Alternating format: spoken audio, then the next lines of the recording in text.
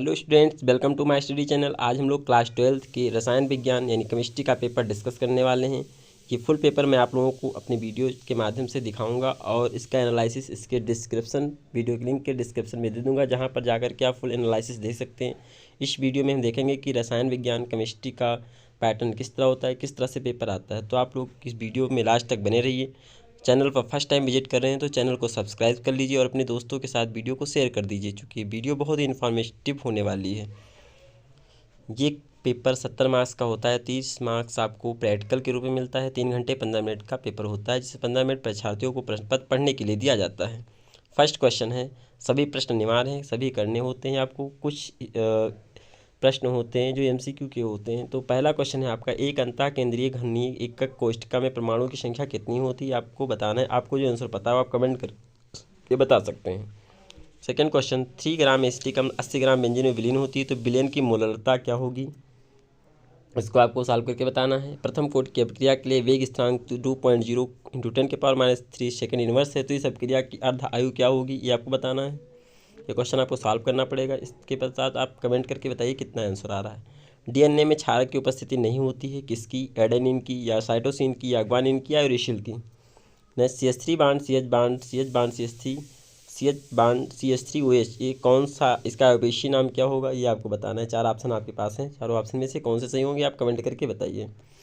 Next, Hinsberg का अभिक्रमक है, ethyl oxalate या बेंजीन सल्फोनिल क्लोराइड या ट्राईमेथिल एमीन या बेंजीन क्लोराइड, कौन सा सही है आप लोग देखिए, कमेंट करके बताइए। इसका सॉल्यूशन मैं नेक्स्ट वीडियो में दूंगा।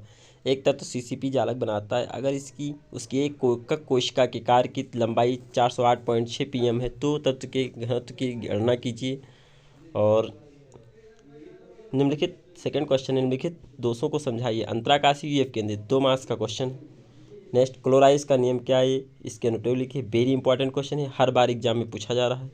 एक वैद्युत अपघट के 2 ग्राम को 50 ग्राम बेंजीन में मिलाने पर घोलने पर इसके हिमांक में 0.40 कैलोरी की कमी हो जाती है, तो बेंजीन का हिमांक अवनमन स्थिरांक 5.12 के किलोग्राम मोल इनवर्स है। विलेय का मोलर द्रव्यमान ज्ञात करना है आपको, बताइए इसका मोलर द्रव्यमान क्या होगा। क्वेश्चन नंबर 3, प्रत्येक क्वेश्चन 2 मार्क्स के। निम्न को समझाइए, प्रत्येक क्वेश्चन 1 मार्क्स का। इसमें वैद्युतकर्ण संचलन और अपवहन दो मिलाकर के 2 मार्क्स के क्वेश्चन होने वाले हैं, 1-1 मार्क्स के हैं। ये दोनों वेरी इंपॉर्टेंट है, वैद्युतकर्ण संचलन और अपवहन, ये दोनों इंपॉर्टेंट है। लॉ में पूछ लेते हैं, शॉर्ट में पूछे जाते हैं। निम्न को समझाइए, उत्कृष्ट गैसों के परमाणविक आकार तुलनात्मक रूप से बड़े क्यों होते हैं। लगभग एक सेकंड क्वेश्चन है आपका, लगभग एक समान विद्युत ऋणात्मकता होने के पश्चात भी नाइट्रोजन हाइड्रोजन आबंध बनाता है जबकि क्लोरीन नहीं। आपका इसको आंसर बताना है क्यों ऐसा होता है। और कारण सहित स्पष्ट कीजिए कि NiCl4 सेकेंड चुंबकीय जबकि NiCO4 प्रतिचुंबकीय है। यदि दोनों चतुष्फलकीय हैं तो इसका क्या होगा, आप लोग इसको कारण सहित स्पष्ट कीजिए। प्रत्येक क्वेश्चन 1 मार्क्स का है। FeH263+ प्रबल अनुचुंबकीय जबकि FeCN63- दुर्बल अनुचुंबकीय, क्यों, इसको आपको बताना है। ये भी 1 मार्क्स का क्वेश्चन है। नेक्स्ट, पॉलीपेप्टाइड्स क्या है, उदाहरण सहित व्याख्या कीजिए इसकी। वेरी इंपॉर्टेंट क्वेश्चन है ये हर साल पेपर में पूछा जाता है। क्वेश्चन नंबर 4 है आपका, फोर्थ का 0.05 मोल लीटर इनवर्स NaOH विलयन के कॉलम का व्यास 2 सेंटीमीटर एवं लंबाई 100 सेंटीमीटर है। विलयन को कॉलम का विद्युत प्रतिरोध 5.55 × 10⁻³ ओम है, तो इसकी प्रतिरोधकता, चालकता एवं मोलर चालकता का परिकलन करना है। एक कुल मिलाकर के 3 मार्क्स का क्वेश्चन है, इसको सॉल्व करिएगा आप लोग। निम्नलिखित पर संक्षिप्त टिप्पणी लिखिए। टिंडल प्रभाव क्या होता है, ब्राउनी गति क्या होती है, स्कंदन क्या होता है। तीनों वेरी इंपॉर्टेंट क्वेश्चन है, हर बार एग्जाम में पूछे जाते हैं। और इससे वीडियो को अपने मन से पहले सॉल्व करिएगा, जिससे पता चलेगा आपकी तैयारी कैसी है। और नेक्स्ट है, फ्रक्टोज का संरचना सूत्र लिखना है। इसमें ग्लूकोज के संरचना से कैसे भिन्न होती है ये बताना है। ये भी इंपॉर्टेंट क्वेश्चन है, हर बार लगभग एग्जाम में पूछा जाता है। नेक्स्ट, निम्नलिखित यौगिकों के युगलों में विभेद के लिए एक रासायनिक परीक्षण आपको लिखना है, परीक्षण देना है। जैसे द्वितीयक एवं तृतीयक एमीन, एथिल एमीन और डाइमेथिल एमीन, एथिल एमीन एवं एनिलीन, ये भी वेरी इंपॉर्टेंट क्वेश्चन है। क्वथनांक का उन्नयन से आप क्या समझते हैं, ये 4 मार्क्स का क्वेश्चन है। क्वथनांक के उन्नयन से आप क्या समझते हैं। यदि एक द्रव का क्वथनांक 350 कैलोरी है, 2 ग्राम आवाष्पीय विलेय को 100 ग्राम द्रव में घोलने का विलयन का क्वथनांक बढ़कर 350.50 की कैलोरी हो जाता है तो विलेय के मोलर द्रव्यमान की गणना करना है। द्रव के लिए के का मान जो है 2.50 कैलोरी किलोग्राम मोल इनवर्स है। नेक्स्ट क्वेश्चन खा।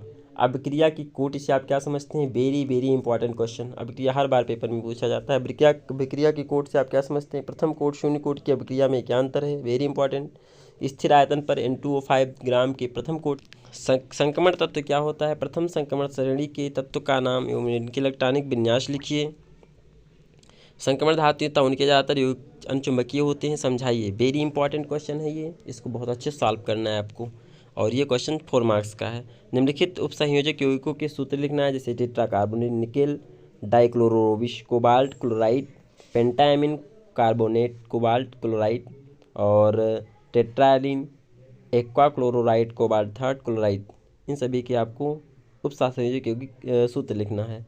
उसके बाद क्वेश्चन नंबर आता है आपका 6 दो खंडों में विभाजित होता है। 6 जो है आप अथवा करके आप कर सकते हैं, जैसे इसमें दिया गया कैल्शियम क्लोराइड, या तो फिर रिएक्शन कर दीजिए या अथवा करके जो दिया वो कर दीजिए।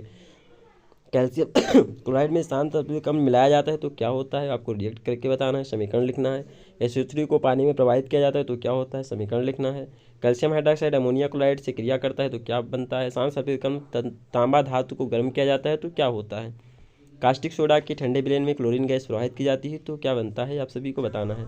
प्रयोगशाला में आपको डाई नाइट्रोजन बनाने की विधि का वर्णन करना है। अभिक्रियाओं के रासायनिक समीकरण लिखना है। डाई नाइट्रोजनीकरण के अत्यधिक उच्च ताप पर ऑक्सीजन तथा मैग्नीशियम के साथ अभिक्रिया को लिखना है और उत्प्रेरक की उपस्थिति में इसको 773 कैलोरी तापमान पर हाइड्रोजन के साथ अभिक्रिया होगी तो क्या बनेगा। ये 5 मार्क्स का क्वेश्चन है।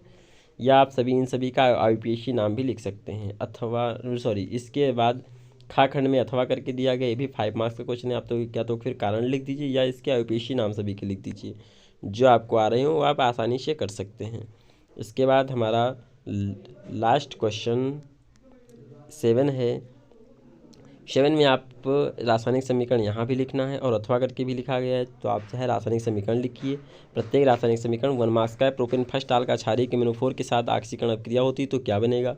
फिनाल का जलीय NaOH की उपस्थिति में क्लोरोफॉर्म के साथ अभिक्रिया होगी तो क्या बनेगा। फिनाल की तरह NO3 के साथ अभिक्रिया करेगा तो क्या बनेगा। और हाइड्रोजन आयोडाइड की मेथॉक्सी बेंजीन की अभिक्रिया दिखाना है आपको। प्रोपेन फर्स्ट आल में प्रोपाक्सी प्रोपीन बनाना है। या अथवा करके जो दिया गया है इसको आप लिख सकते हैं, इसके केवल रासायनिक समीकरण ही लिखना है।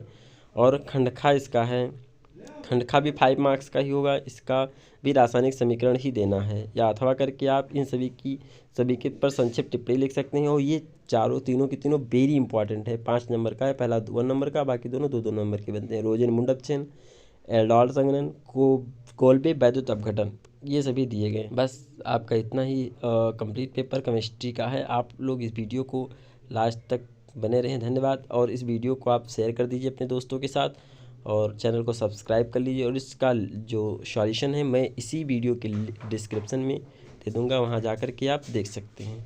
Thank you.